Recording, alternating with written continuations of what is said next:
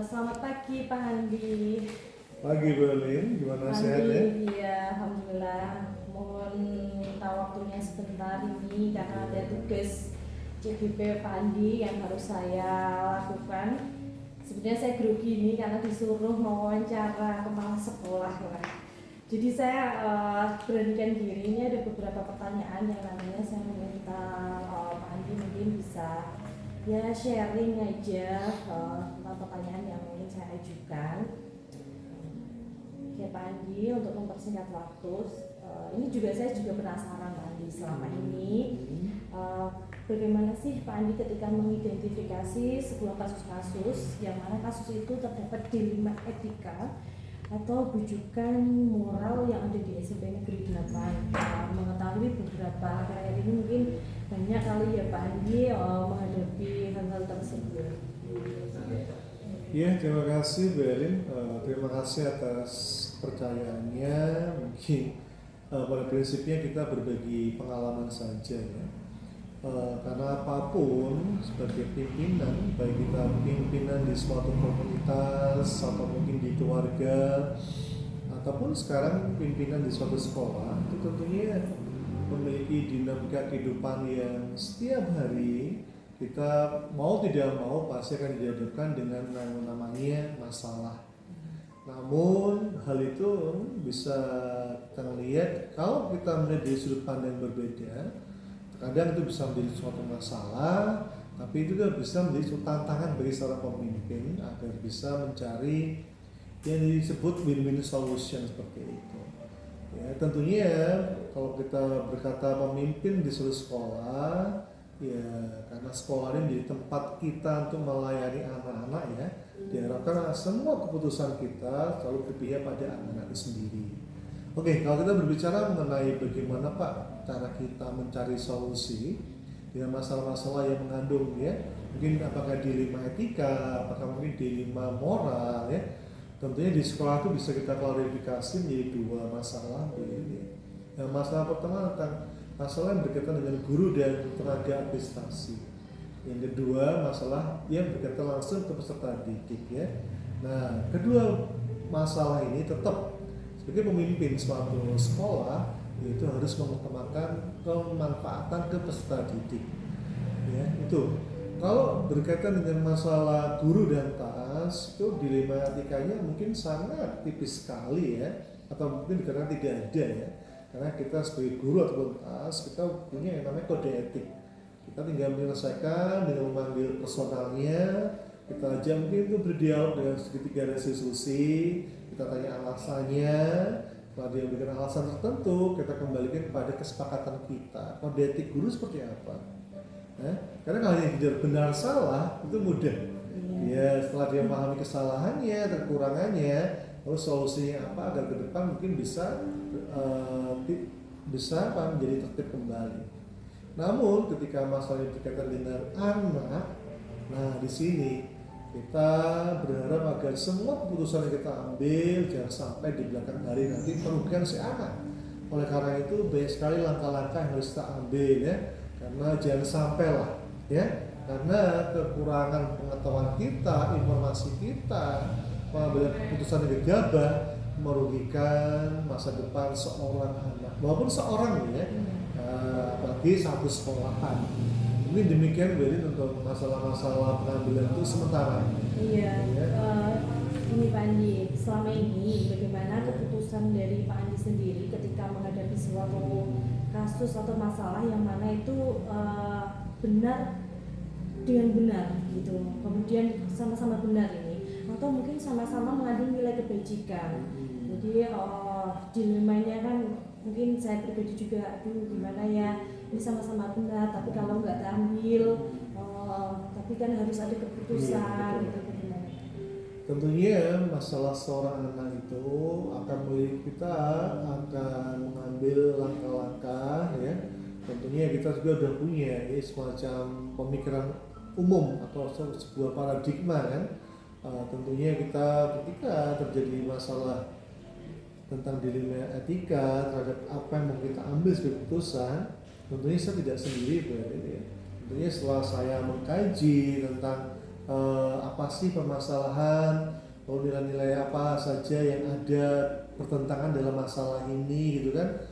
Nah, ketika bertentangan kita akan membuat yang namanya skala prioritas ya.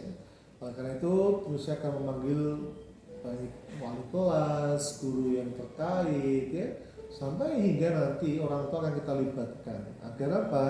Hasilnya betul-betul kontekstual dan bermanfaat bagi anak. Yang jelas kita selalu berpikir bahwa ya kita harus berpikir bahwa apa yang kita lakukan itu harus kembali pada anak dan hasil akhirnya. Nah, tentunya kita tidak berpikir pada hasil sekarang saja, pada hasil akhirnya agar semua baik sekolah dan si anak juga mendapatkan manfaatnya ya. Tentunya kita ajak ya anak itu tentang mungkin kita sudah memiliki yang namanya kesepakatan kelas juga. Suatu kita ajak itu untuk apa? Ya melakukan suatu penggalian kayak segitiga restitusi ya. Lalu kita lihat ya, kita sambil awasi juga ya apa yang sudah kita lakukan ya. Kita sudah membawa fakta-fakta. Lalu dari fakta-fakta itu kita mengambil keputusan sementara. Tentunya keputusan itu tidak langsung saja kita putuskan. Kadang suatu masalah si anak itu kan membutuhkan waktu untuk berproses kan. Nah itu kita coba uji. Nah, ya kalau berkaitan dengan peraturan ya uji regulasi. Tapi karena ini berkaitan dengan karakter anak, ya kita uji legal tentang masalah kita itu, apakah progresnya apa sudah bagus atau belum ya. Lalu setelah itu baru kita lihat ya untuk menentukan apakah keputusan nanti tepat atau tidak. Kita lihat ya, karena terkadang kalau kita menentukan suatu masalah ya kita harus melihat jangan sampai kepentingan seseorang ini bisa merusak keputusan yang sudah kita bangun untuk kepentingan bersama atau kelompok ya. Ya jangan sampai juga rasa kasihan kita itu merusak kesepakatan keadilan yang sudah kita tanamkan. Tetap seharusnya dua-duanya berjalan, tapi ada hikmah di dalamnya ya. Mungkin demikian sementara yang berkaitan dengan dilema etika. Jelas saya sebagai kepala sekolah juga tidak bisa serta-merta karena ini menyangkut kehidupan seorang anak didik seperti itu. Ya, terima kasih Pak Andi atas langkah-langkah dan juga mungkin itu cara efektif ya Pak Andi dalam penyelesaian sebuah kasus-kasus berkaitan dengan dilema etika.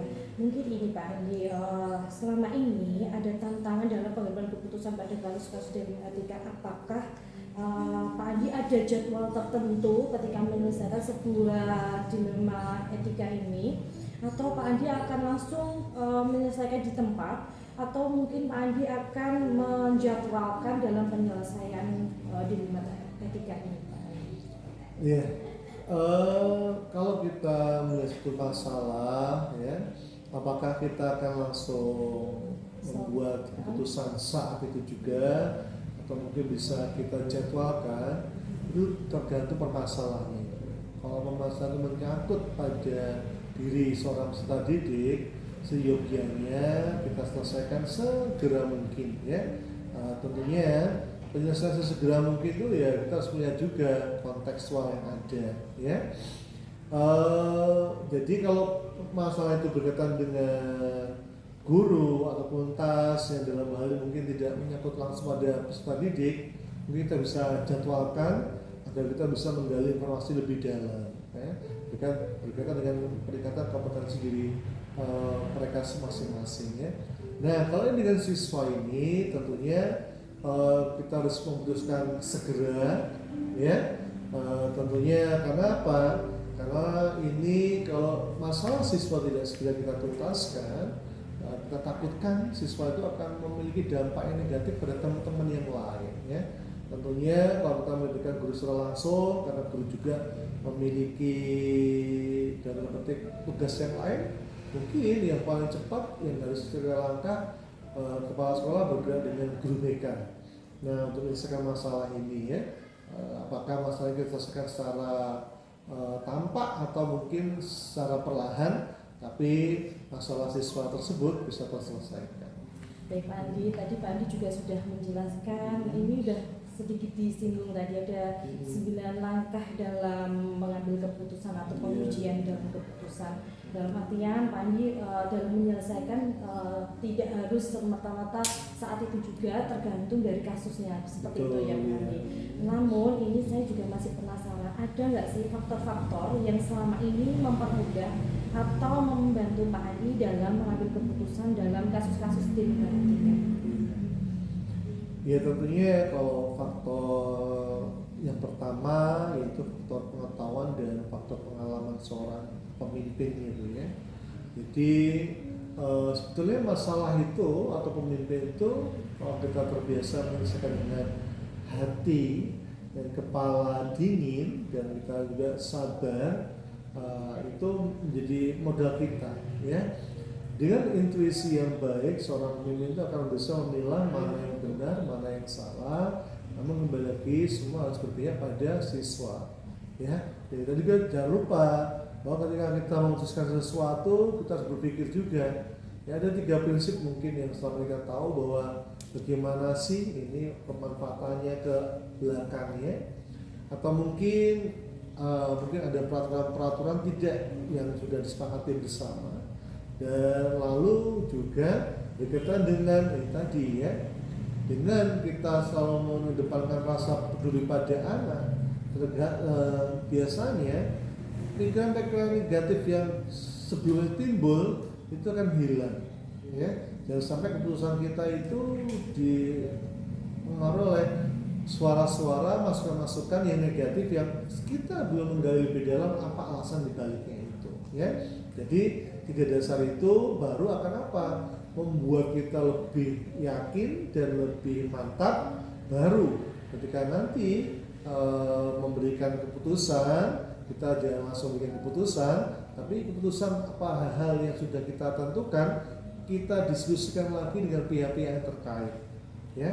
Kita minta dari BK, wali kelas ya, syukur kalau ada masalah ini ada pengaruh atau ada hubungannya dengan permasalahan dia di rumah, nah kita ajak orang tua itu berdiskusi.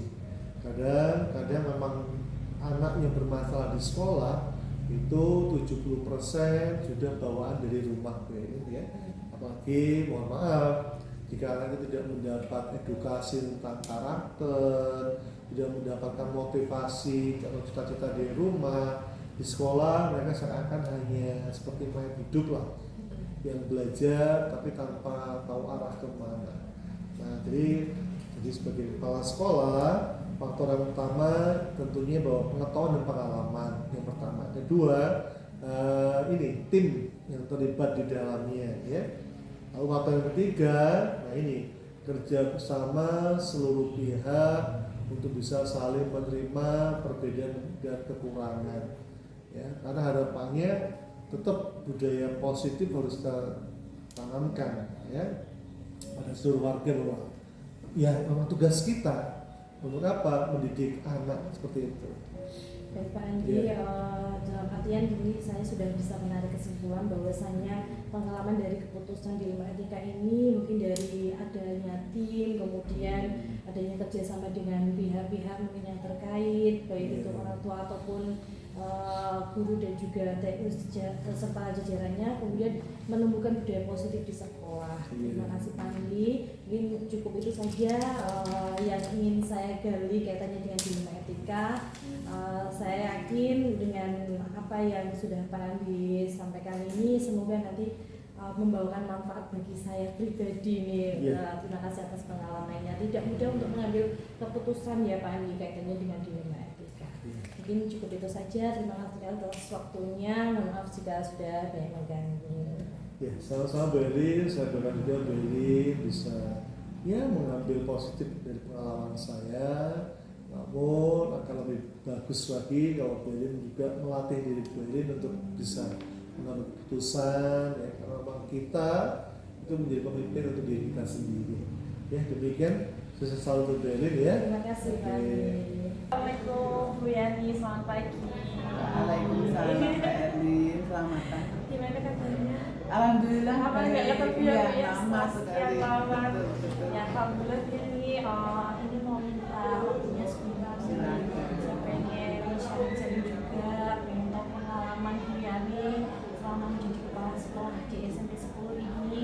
Mungkin banyak hal yang perlu saya dapatkan dari Bu Yani, karena di sini kebetulan saya mendapatkan tugas Bu Yani mengikuti pendidikan calon guru penggerak angkatan 9. Alhamdulillah. Selamat ya Mbak. Iya, terima kasih. Mohon doanya dan saya bisa menyelesaikan dengan lancar. Amin. Karena memang perlu banyak energi, Betul.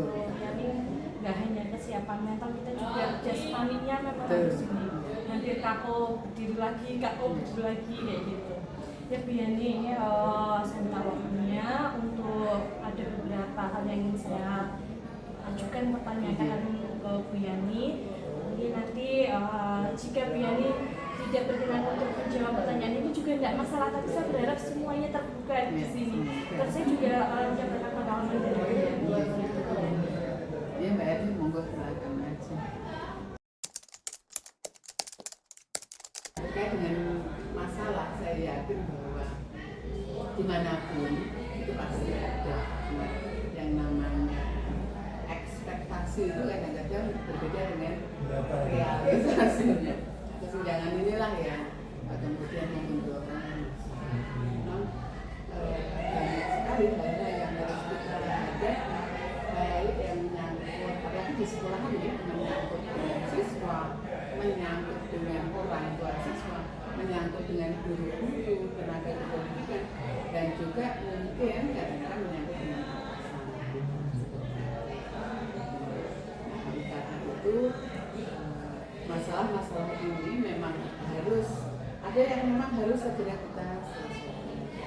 Kemudian itu juga sih yang mungkin memang perlu kita bisa perlu mempertimbangkan sehingga nanti didapat penyelesaian yang seoptimal mungkin, sebaik mungkin, tidak merugikan siswa, tidak merugikan orang tua, dan juga tidak merugikan sekolah.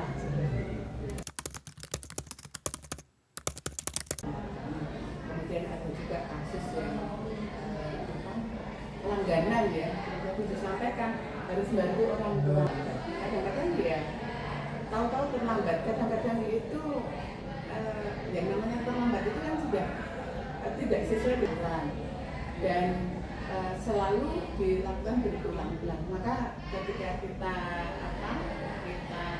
harus mengatasi masalah ini, kita memang tidak bisa serta-merta anak ini terlambat diberi hukuman. Itu kan kurang manusia. Kita juga mengundang anak tersebut dicari kenapa dia terlambat. Dan alasannya ternyata betul bahwa dia itu kalau pagi itu harus bantu orang tuanya.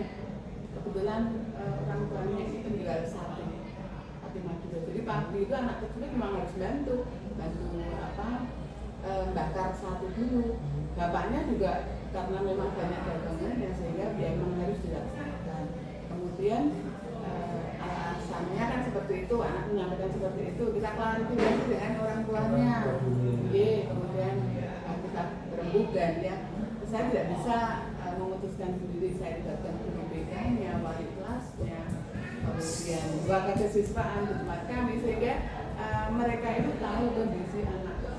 Kemudian akhirnya kita bisa selesaikan ya kalau bantu orang tuanya ya dilaksanakan lebih pagi sehingga harapannya ketika anak tersebut ke sekolah tidak perlu.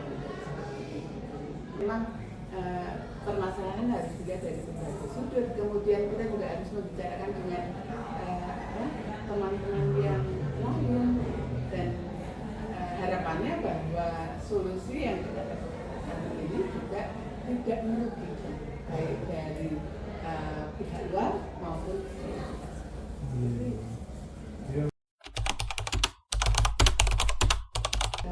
kebetulan memang latar belakang dari anak-anak kami itu kebanyakan dari anak banyak orang tua di sini. Ketika anaknya sudah masuk ke kelas, ke sekolah, itu ya sudah menjadi tanggung jawab sekolah seperti itu. Jadi kadang-kadang orang tua ya hanya di tahun ajaran baru ketika memasukkan di kelas 7, kemudian nanti jemput lagi ketika sudah pengumuman lulus. Nah, kadang-kadang dalam prosesnya itu kan tidak lancar-lancar saja. Ada anak bolos, kemudian anak melakukan hal-hal yang tidak sesuai dengan aturan. Nah ini memang betul-betul kita harus belajar dari apa. Salah satunya adalah ada anak yang beberapa kali jarang masuk. Ternyata ketika kita gali masalahnya adalah orang tuanya ini tidak berada di rumah. Jadi anak itu sendirian saja. Anak tersebut harus menyiapkan segala sesuatunya seorang diri, padahal anak laki-laki. Ketika kita gali lebih lanjut, itu ternyata memang orang tuanya itu di luar kota kerja. Ibunya sebagai pembantu rumah tangga di luar kota di Jogja. Kemudian bapaknya kuli bangunan dan harus ke Jakarta. Nah, kadang-kadang secara finansial pun ini juga anak tidak terpenuhi. Akhirnya apa? Akhirnya anak tersebut juga mencari barang-barang bekas kemudian dia jual. Mungkin karena kelelahan, nah itu lahannya sering tidak masuk. Sehingga anak tersebut, anak sekecil itu usia sekolah harus mencukupi kebutuhannya sendiri. Tidak ada adiknya, kebetulan sendiri. Nah, orang tuanya mungkin percaya karena di sebelahnya ada Pak D-nya di situ. Tapi Pak D-nya kan terbatas. Suatu ketika kami pernah mengunjungi ke rumahnya. Pak D-nya mengatakan anaknya sudah berangkat sekolah, tapi di sekolah tidak ada Pak. Ternyata ketika kita ke rumahnya ya anak itu memang masih duduk di situ. Jadi walaupun ada Pak D-nya di dekat situ, tapi kan pengawasan banyak hal yang harus kita kerjakan. Solusinya seperti apa? Ini kan juga perlu waktu, perlu biaya, perlu pemikiran yang benar-benar tepat sehingga apa anak tersebut juga bisa survive, anak tersebut juga bisa melaksanakan hak-haknya pendidikan di sekolah ini. Terus akhirnya ya kami ini kan ada proses peduli ya dari dana itu kan kemudian ya kita bantulah walaupun tidak dulu kita komunikasikan dengan Pak D-nya. Karena orang tuanya dihubungi tidak bisa, dua-duanya dihubungi tidak bisa. Maka kemudian kita minta bantuan Pak D-nya juga untuk mengawasi. Ini tapi tidak bisa langsung selesai, agak panjang dan tapi ya alhamdulillah anak tersebut bisa lulus. Kemudian kita juga ya sangat bersyukur akhirnya anak tersebut bisa menyelesaikan. Jadi tidak kemudian putus.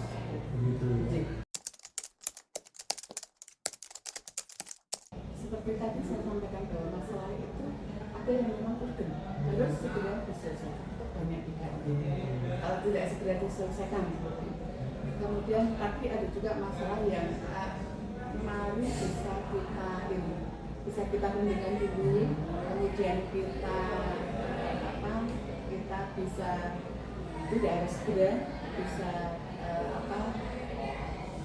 kita nengkan dulu untuk mengambil keputusan yang benar-benar fair, yang betul-betul win-win solution. Biasanya ada masalah-masalah yang urgen itu saya biasanya tidak menunda-nunda. Maka saya ini kan ada teman ya, ada 3 wakil yang selalu saya gandeng. Kemudian ada tim pengembang juga. Tapi setidaknya saya punya 3 wakil ini untuk sparring partner. Ketika ada masalah itu kita urai atau masalahnya seperti apa.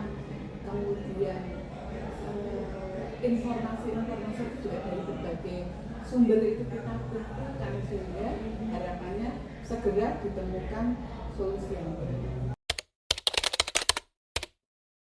Keterbukaan, kemudian kita berpatokan pada aturannya,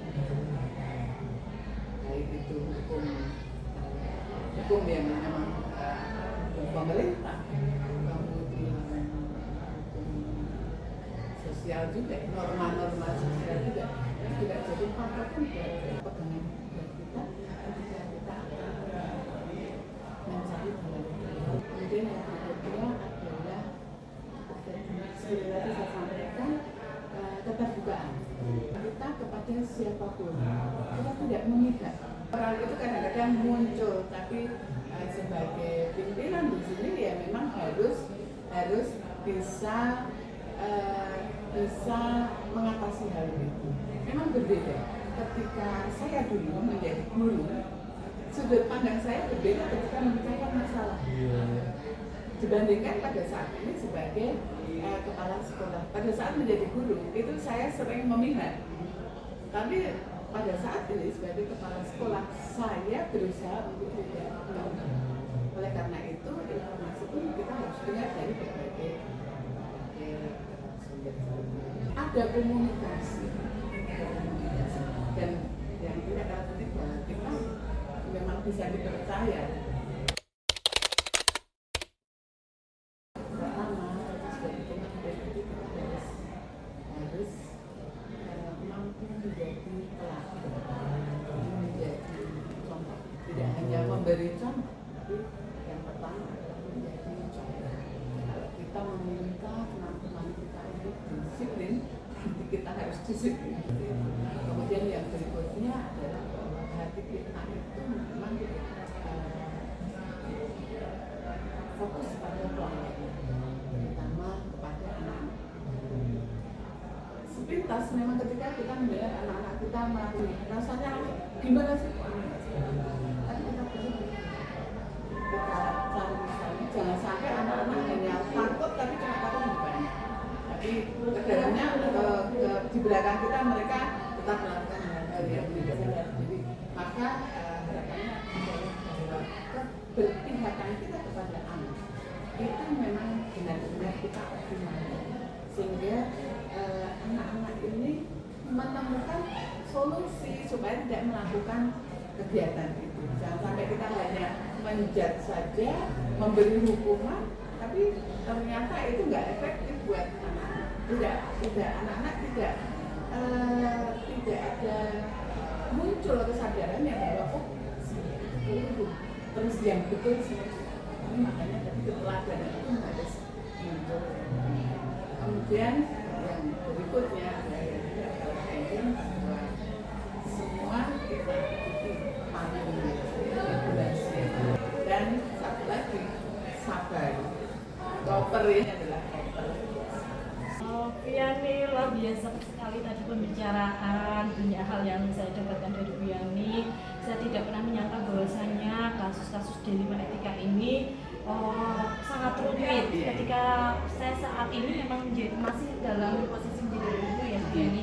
Saya pernah berpikiran sama seperti Bu Yani yang sama lakukan gitu ya. Pengennya udahlah cepat selesai, pasti yang benar ini.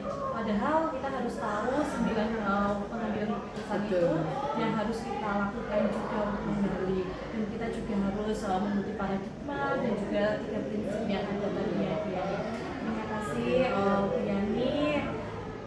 Saya berharap nantinya ini juga akan menjadi pengalaman bagi saya nanti ketika barangkali saya masih memiliki kesempatan untuk menjadi pemimpin seperti ya Bu Yani. Wanita yang sangat hebat, favorit banget. Ya, terima kasih Bu Yani. Begitu saja saya berdiri. Terima kasih atas semuanya. Mohon maaf kata mengganggu ini. Terima kasih ya Bu Yani. Sama-sama Mbak Erwin, semoga bermanfaat. Pokoknya selalu semangat gitu. Do the best. Sukses selalu Mbak. Terima kasih.